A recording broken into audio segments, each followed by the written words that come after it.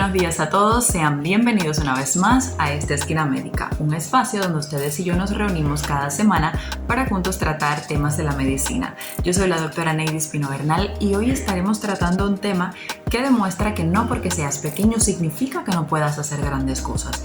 Y es que con un peso de 20 gramos y tan solo 5 centímetros de dimensiones es capaz de mover a todo tu metabolismo, tu sistema nervioso, digestivo y hasta sexual. Hablemos entonces de esa pequeña pero que enorme glándula tiroides.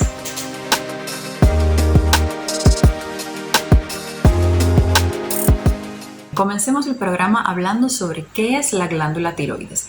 La tiroides es una glándula que se encarga de la producción de hormonas tiroideas. Y ahora me dirás, pero Neidy, ¿qué es una hormona? Pues déjame decirte que una hormona es una sustancia química que va a ser producida por un tipo específico de célula y que a través de la circulación sanguínea va a llegar a lugares a distancia y le va a ordenar a otra célula que tiene que cumplir una función específica. De esta manera, son verdaderos mensajeros químicos en nuestro organismo. Go. La tiroides se va a encontrar justo aquí, o sea, en la región cervical anterolateral. Si agarras estos dos deditos y tu dedo pulgar y te palpas en esta área en la que te estoy mostrando, eso que vas a sentir es tu glándula tiroidea, que muchas veces se le ha comparado con una mariposa. ¿Y esto a qué se debe? Bueno, pues precisamente porque la composición de la glándula tiroidea es tener dos lóbulos, uno derecho y uno izquierdo, que van a estar unidos entre sí por una estructura a la cual vamos a llamar istmo. Las medidas de la glándula tiroidea son 5 por 3 centímetros aproximadamente, de manera que si te hacen una ultrasonografía y tu doctor te dice que tus medidas del tiroides exceden estos valores, probablemente te va a decir que estás padeciendo de una condición a la cual nosotras le llamamos bocio. Decir bocio es solamente decir que tu glándula tiroides es más grande de lo normal. ¿Por qué? Pues por múltiples causas que veremos posteriormente.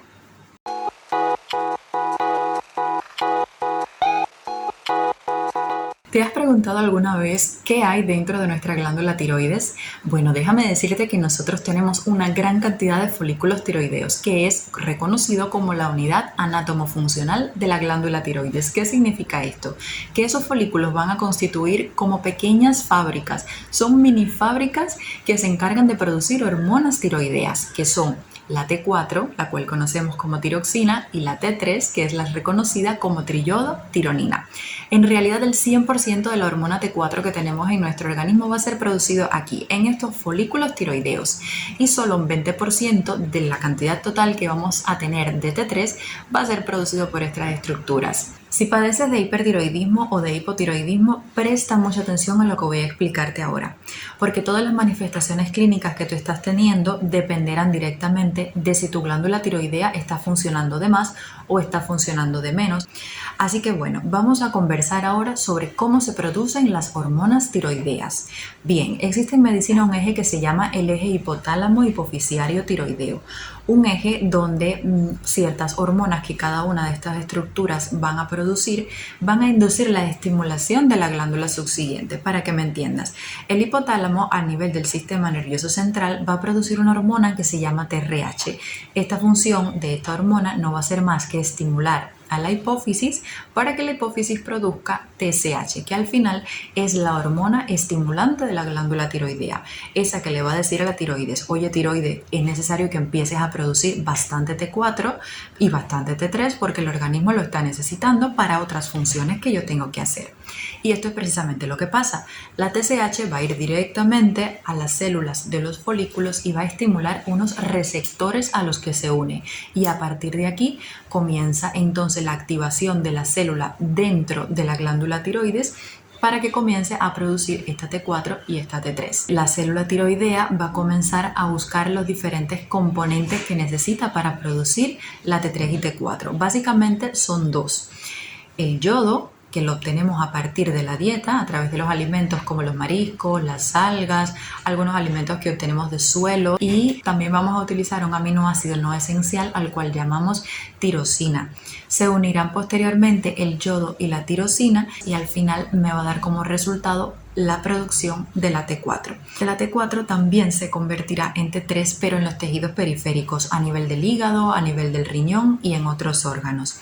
Aunque también un 20% de los niveles de T3 que tenemos en el organismo será producido por la glándula tiroidea. Pero la gran mayoría de la T3, que es la hormona activa, la hormona que de verdad va a producir todos los efectos en el organismo, la hormona efectora, la gran mayoría de esta hormona va a ser producida debido a la conversión periférica de T4 en T3. ¿Usted me está entendiendo?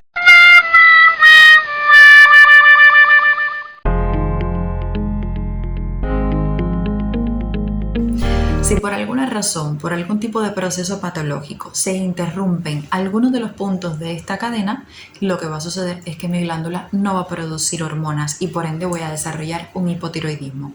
Supongamos que por alguna razón yo deje de producir TSH. Si yo no tengo TSH, no va a enviarse la información de estimulación a la glándula tiroidea para que me produzca T3 y T4. Por ende, pacientes que tengan niveles de TSH bajos me van a desarrollar un hipotiroidismo. Y entonces cuando yo le haga los exámenes en sangre, yo veré que las hormonas tiroideas estarán bajas porque además la TSH está baja. O sea, hay un problema a nivel central que está condicionando que mi glándula tiroides no funcione para nada. ¿Por qué siempre me pasa esto? También, ¿qué puede pasar? Bueno, si yo necesito yodo para poder producir hormonas tiroideas, si yo tengo un déficit de yodo porque quizás no lo estoy recibiendo en la dieta, sencillamente mi glándula se estimulará bien, todos los mecanismos estarán bien, pero al momento en que las células foliculares vayan a buscar el yodo para unirlo a la tirosina, al aminoácido no esencial, para formar esa molécula de monoyodo, tirosina no lo va a encontrar, por tanto no puede formar tampoco hormonas. Es por esto que las personas que tienen un déficit de yodo, por la razón que sea, también desarrollan hipotiroidismo, porque no tienen los componentes para producir la hormona.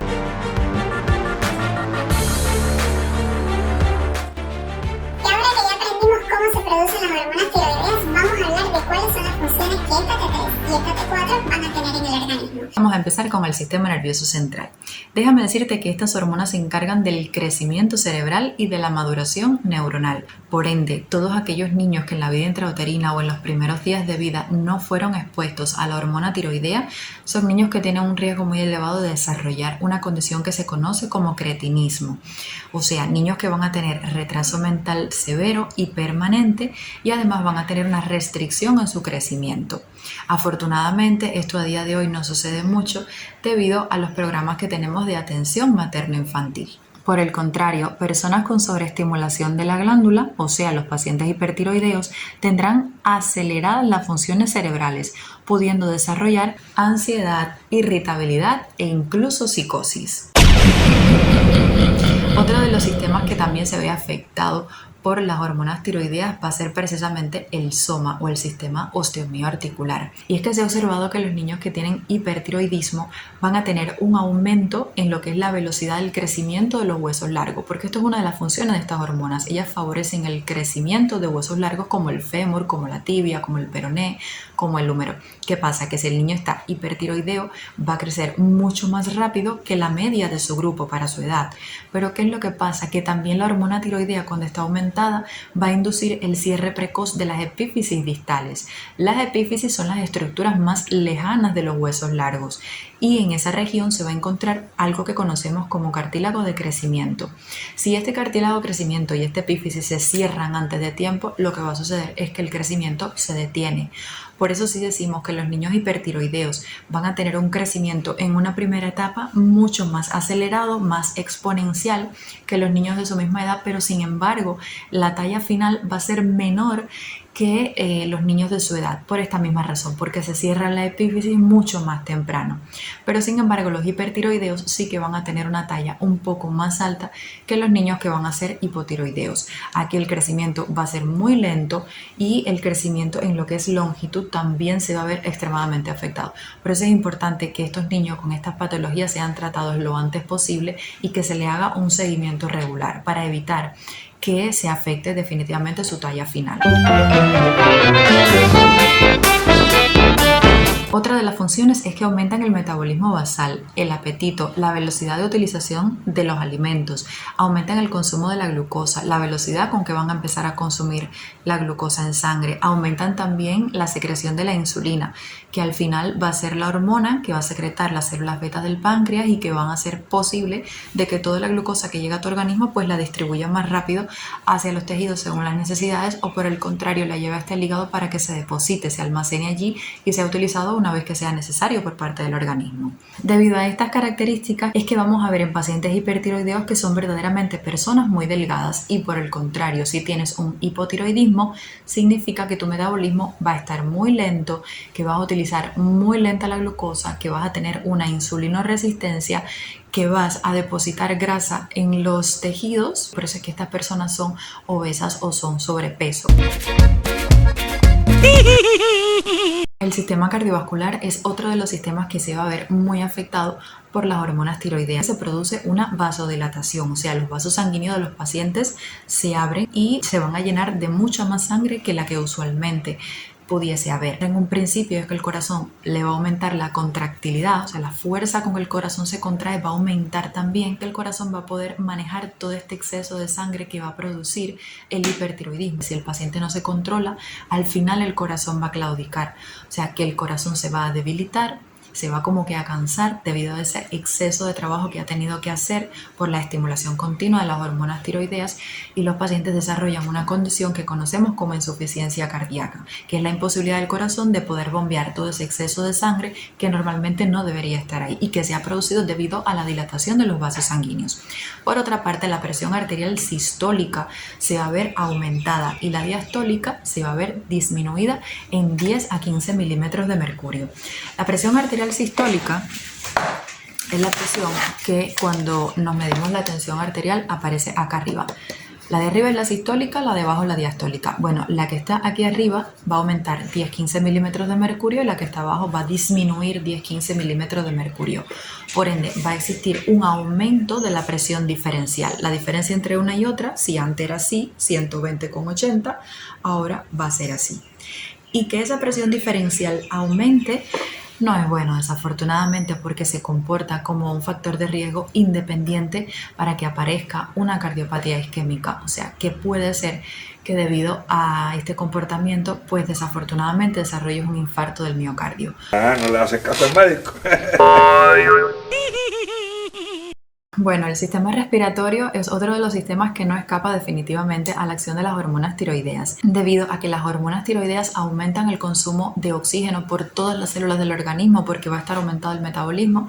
También va a aumentar la cantidad de dióxido de carbono que todas estas células van a comenzar a producir, y como conocemos, el CO2 va a ser uno de los elementos fundamentales para la estimulación del centro respiratorio, de manera que los pacientes hipertiroideos por lo general son pacientes que están hiperventilando, o sea, tienen una frecuencia respiratoria acelerada para tratar de eliminar todo este exceso de CO2 que está siendo producido como resultado del hipermetabolismo que tienen estos pacientes.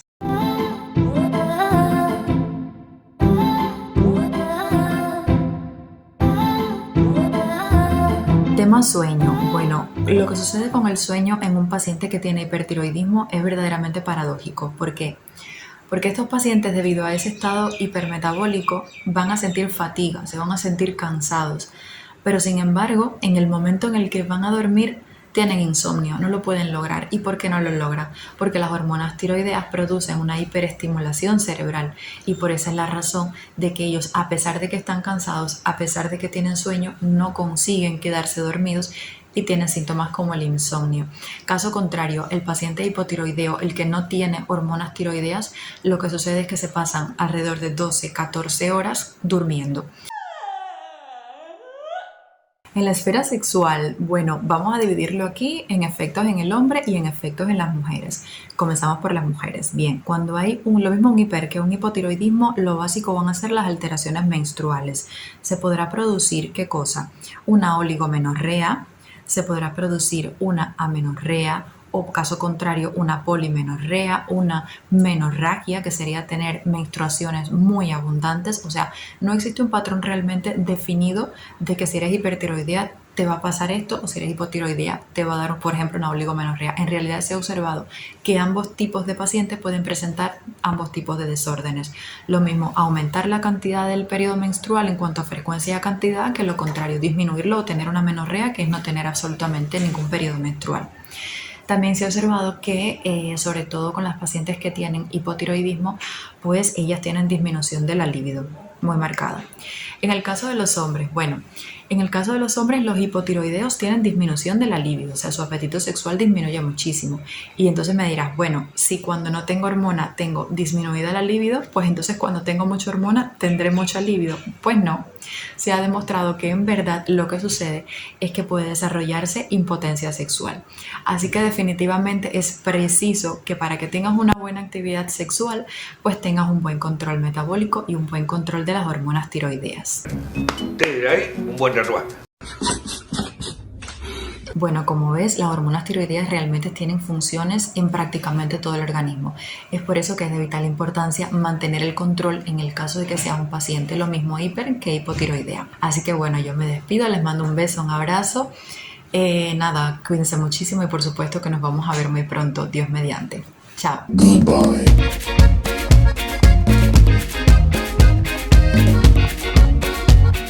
Y de muchísimas otras patologías que de seguro les va a llamar a ustedes la atención. Te va a llamar la atención.